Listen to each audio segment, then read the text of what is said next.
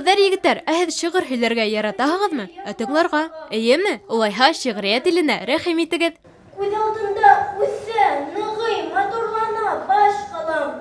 Эшсән кешеләре менән мин сикһеҙ ғорурланам. Яңыраҡ Өфөнөң 2-нче башҡорт лицейында Илһам шиғыр һөйләү конкурсының йомғаҡлау этабы үтте. Был конкурс 2006 йылдан алып уҙғарыла. Һәм әйтергә кәрәк, йылдан-йыл ҡатнашыусылар һаны, сығыштарҙың сифаты арта ғына бара. Быйылғы йылда, мәҫәлән, район этаптарында 950-нан ашу бала, 111 уҡытыусы һәм 56 ғаилә шиғыр һөйләү оҫталыҡтарын һынап ҡараны. Һәм шуларҙан иң-иңдәре генә финалға сыҡты. Мин әле генә сығыш яһап сыҡтым.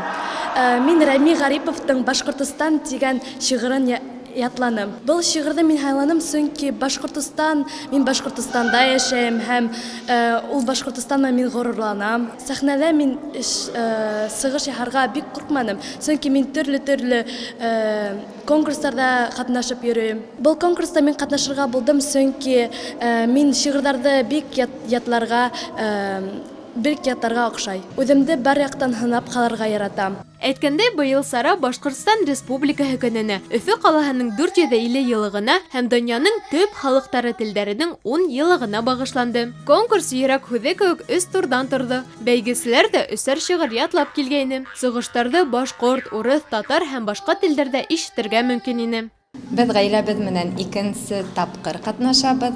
Балаларыбыҙҙы башҡорт телен өйрәнһендәр, рухын онотмаһындар тип теләк менән килдек. Бөтә конкурсанттарға уңыштар ғына теләп ҡалабыҙ.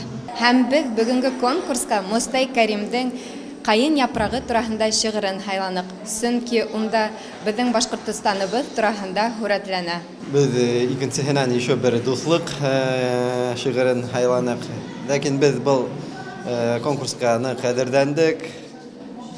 Әлбиттә, беҙҙең уйҙарҙан бөтөн һүҙҙәр онотолоп та китерҙе. Әйткәнсә, беҙ был конкурстарҙы ныҡ яратабыҙ. Балдар беҙҙе ғорурланып шулай итеп килергә ынтыла. Беҙ улар менән бергә шулай итеп үҫәбеҙ, Аллаға шөкөр. Без конкурста яратабыз. Беҙҙең еңгебеҙ килә.